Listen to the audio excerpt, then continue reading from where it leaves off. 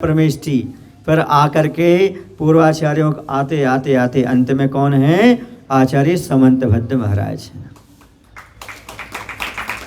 समझ गए? हाँ, तो ये कहाँ से आई हुई है? सर्वज्ञ भगवान की वाणी है। गरधर परमेष्ठी ने जो आपके लिए व्याख्यान दिया उसका आकर के समंतभद्र महाराज ने इस पर उसको लिखा हुआ है। ये प्रमाणिक है, ये मान करके चलोगे तभी आप आगे चल करके इस ग्रंथ का सही फल प्राप्त कर पाओगे। अब इसके बाद नाम क्या है इसका ग्रंथ का? रत्न करंडक सावकाचार, अर्थात रत्नों का पिटारा, सावक रूपी आचरण के रत्नों का पिटारा। इसका नाम क्या हो गया? रत्न करंडक सावकाचार।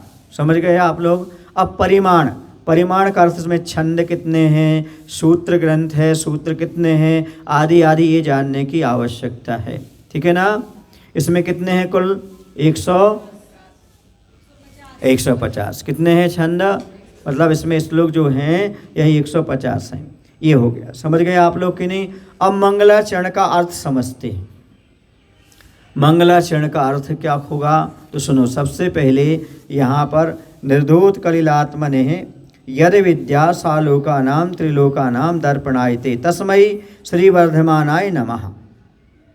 इसका अन्वय अर्थ ऐसा निकला कि निर्धूत कलिल आत्मने, जिनकी आत्मा ने कर्म रूपी कलंक को क्या कर लिया है? निर्धूत माने नष्ट कर दिया है।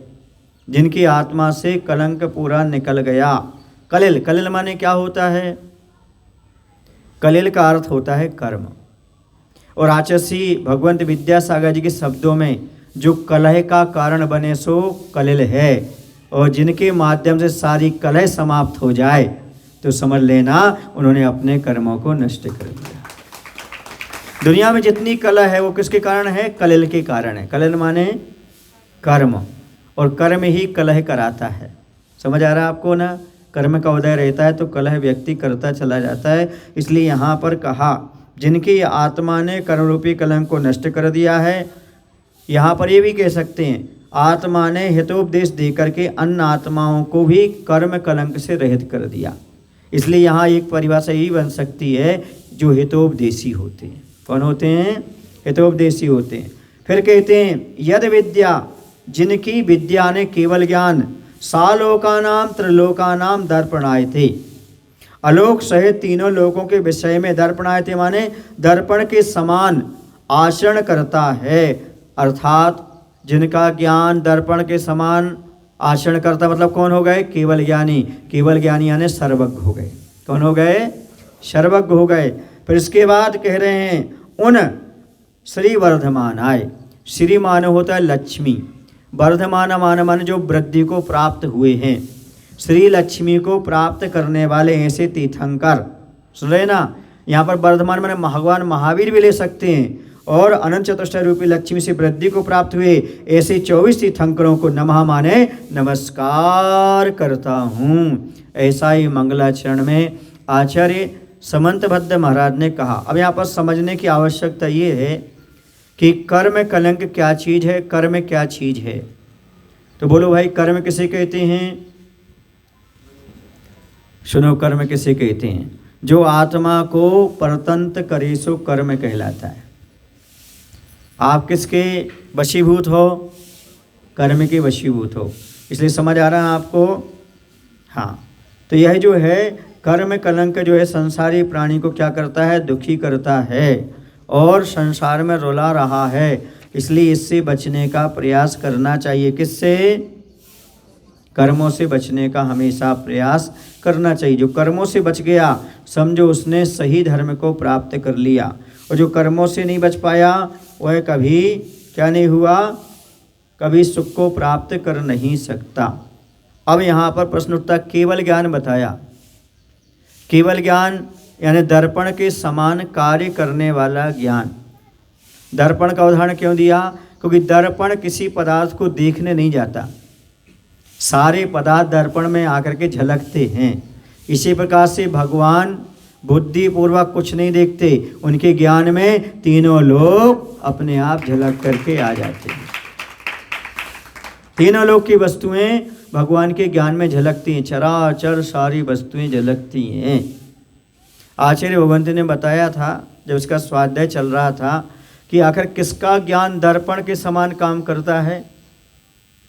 तो आचार्य ने लिखा था जो स्वार्थ छोड़ करके परमार्थ की साधना में लगता है उसी का ज्ञान आगे केवल ज्ञान बनता है, और परमार्थ ज्ञान करता है वही दर्पण में सबको झलकने वाला ज्ञान प्राप्त करता है। उन्हीं की विद्या में सबको झलकता है। जो किसकी साधना करते हैं? परमार्थ की साधना करते हैं। स्वार्थ को छोड़ करके परमार्थ की ओर जो व्यक्ति बढ़ रहे हैं आगे चल करके उनका ज्ञान दर्पणवत हो जाएगा। आप लोगों का ज्ञान कैसा है? आपका ज्ञान स्वार्थ वाला है, इसलिए आपको पीछे वाली कार देखना है तो मुड़ना पड़ेगा। बोलो, आजू में देखना है तो ऐसा करना पड़ेगा, बाजू में देखना तो, लेकिन उनके ज्ञान में तो सब कुछ झलकता है। यही अंतर है। हमारा ज्ञान जुगनू के समान है। जुगनू समझते खद्यूत जो रात में चमकता है ना? तो हमारा तुम्हारा ज्ञान जुगनू के समान है और भगवान का ज्ञान सूर्य के समान है। और ये सूर्य के समान ज्ञान किनका होता है? तो बताया सूर्य के समान ज्ञान यदि किन्हीं का हो जाता है, इतना प्रकाश फैलाने वाला होता है, इतना प्रताप फैलाने वाला होता है, जो स्वार्थ छोड़कर परमार्थ की ओर बढ़ते हैं उनका ज्ञान एक दिन ऐसा सूर्य के समान हो जाता है। इसलिए जो आप मंगलाचरण पढ़ रहे हैं इसमें समझने की आवश्यकता है। केवल ज्ञान किसे कहते हैं? आलोक सहित तीनों लोकों को प्रकाशित करने के लिए दर्पण के समान होता है, उसे क्या कहते हैं? केवल ज्ञान। और के धन बल, के माने होता है आत्मा, बल माने शक्ति। जो आत्मा की शक्ति से प्रकट हो उसका नाम केवल ज्ञान है। मायना क्या हुआ? क्या सारे के सारे ज्ञान आत्मा की शक्ति से प्रकट नहीं होते? होते हैं, पर उसमें इंद्रिय और मन की सहायता ली जाती है। इंद्रिय और मन की सहायता से मति सुत आदि ज्ञान होते हैं, लेकिन केवल ज्ञान कैसा होता है? मात्र के माने आत्मा, बल माने उसके उसी की शक्ति पर प्रकट होता है, उसका नाम क्या है? केवल ज्ञान। वहाँ मन और इंद्रियों की कोई आवश्यकता नहीं होती, ऐसा वह केवल ज्ञान होता है। लोग किसे कहते हैं? जहाँ पर जीवादि छह द्रव्य पाए जाएं उसे क्या कहते हैं? लोक कहते हैं। या छह द्रव्यों के समूह का नाम ही लोक है। आप कहाँ रह रहे हो? लोक में रह रहे हो। लोक कितने होते हैं? 3 लोक, अधोलोक, मध्यलोक और ऊर्ध्वलोक। आप कहाँ के जीव हैं? मध्यलोक के जीव हैं। समझ आ रहा है आपको? ये 3 लोक होते हैं। अलोक कहाँ हैं? लोकाकाश के बाहर जितना भी अनंत स्पेस है वो क्या हो गया? अलोकाकाश हो गया। आप कहाँ रहते हो? लोकाकाश। अलोकाकाश के मध्य में लोकाकाश है, उसके भी मध्य में मध्यलोक है, उसमें आप रह रहे हो, वह भी आप बीचों बीच रह रहे हो। समझ रहे आप लोग कि नहीं? इस प्रकार से ये यहाँ पर मंगलाचरण का मुख्य रूप से आप लोगों के लिए अर्थ बताया गया। समझ गए ना? एक बार फिर से समझ लें। मंगलाचरण का अर्थ निर्धूत कलिलात्मने। निर्धूत कलिलात्मने मतलब जिन्होंने कर्म रूपी कालिमा को नष्ट कर दिया है, यानी हितोपदेशी हो गए, क्योंकि उन्होंने दूसरे को कर्म कलंक को नष्ट करने का उपदेश दिया। और जिनकी विद्या लोक अलोक को समझ रही है, दर्पण के समान सारा का सारा झलक रहा है, तो कौन हो गए? हैं? सर्वज्ञ हो गए। इसके बाद कौन कौन हो गए? बीतरागी। बीतरागी कौन हो गए? जिनका आचरण जो है अपने आप में, क्योंकि सर्वज्ञ वही हो सकता है जो बीतरागी होता है। इसलिए यहाँ पर नमस्कार किन्हें किया गया है? हितोपदेशी, बीतरागी और सर्वज्ञ को नमस्कार किया गया है। ये भी हम ले सकते हैं, जिन्होंने सारे कर्मों को नष्ट कर दिया तो कैसे हो गए? वो बीतरागी हो गए। समझ गए? और उनकी जो लक्ष्मी वृद्धि को प्राप्त हो रही। लक्ष्मी मतलब बाह्य वैभव और अंतरंग वैभव। बाह्य वैभव क्या है? समोषण आदि लक्ष्मी। और अंतरंग वैभव क्या है? केवल ज्ञान रूपी लक्ष्मी, अनंत चतुष्ट रूपी लक्ष्मी, वह वृद्धि को प्राप्त हो रही है। ऐसे वर्धमान स्वामी की यहाँ पर मंगलाचरण के रूप में नमस्कार किया है। आज इतना ही पर्याप्त है।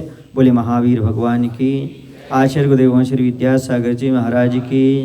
बोलो हे प्रभु, हम सभी को इतनी शक्ति, इतनी बुद्धि देने की कृपा करो ताकि हम सभी लोग अपने जीवन में ग्रंथ पढ़ने से पहले इन 6 बातों को अच्छी तरह से जान सकें और अपने जीवन में अमल कर सकें। नमोस्तु भगवान, नमोस्तु।